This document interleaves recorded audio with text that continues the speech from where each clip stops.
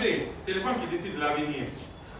Pour clôturer le mois de la femme, les ONG Protection Filles-Femmes de Guinée et Halte à la violence féminine et infantile ont organisé une séance de sensibilisation ce samedi 30 mars à l'attention des élèves du groupe scolaire Adja Aïchaba.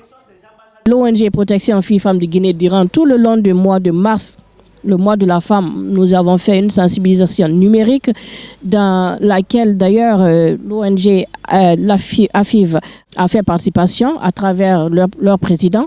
La clôture aujourd'hui, pour nous, le 30 mars du mois de la femme, on a jugé nécessaire de faire cette belle clôture par une belle sensibilisation sur la cybercriminalité. Donc, proposition a été faite par M. Cissé, qui a été notre collaborateur durant ce mois de la femme, pour venir sensibiliser des élèves de l'établissement Adja Aïchaba. De nos jours, on ne peut pas se passer de l'Internet, des réseaux sociaux, mais il y a une forme de criminalité qui prend jour, c'est la distribution des images intimes privées sur les réseaux sociaux. Donc on a voulu sensibiliser les élèves sur cette thématique et aussi pour qu'on discute avec eux de la manière de se protéger de ce nouveau phénomène. La sensibilisation a porté sur le thème « Femmes et cybercriminalité, comment se protéger ?» développé par un consultant des questions de citoyenneté et un policier référent en matière de prévention de la délinquance scolaire. L'initiative est saluée par les élèves et le principal de l'établissement.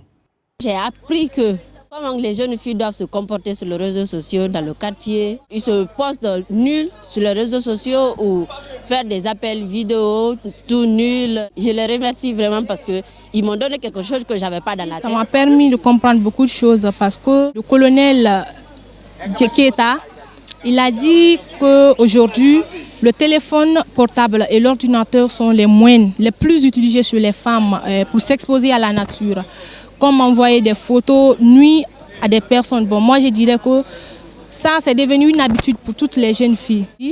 Il faut éviter de garder certaines photos dans le téléphone. D'envoyer des photos de toi nuit à une personne que tu ne te connais pas. Et je dirais à toutes les filles, si tu veux te séparer avec un mec, n'essaye pas de ruiner la vie de la personne. Toi-même, tu te mets en danger. Quand tu publies ce genre de choses et par après, toi tu veux te devenir un cadre, les photos là vont surgir n'importe quel moment. C'est une séance qui m'a beaucoup intéressé. J'étais rentré tout juste pour faire l'ouverture.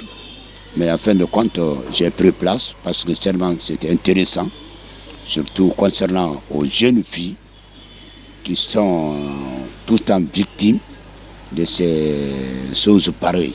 L'utilisation des téléphones là.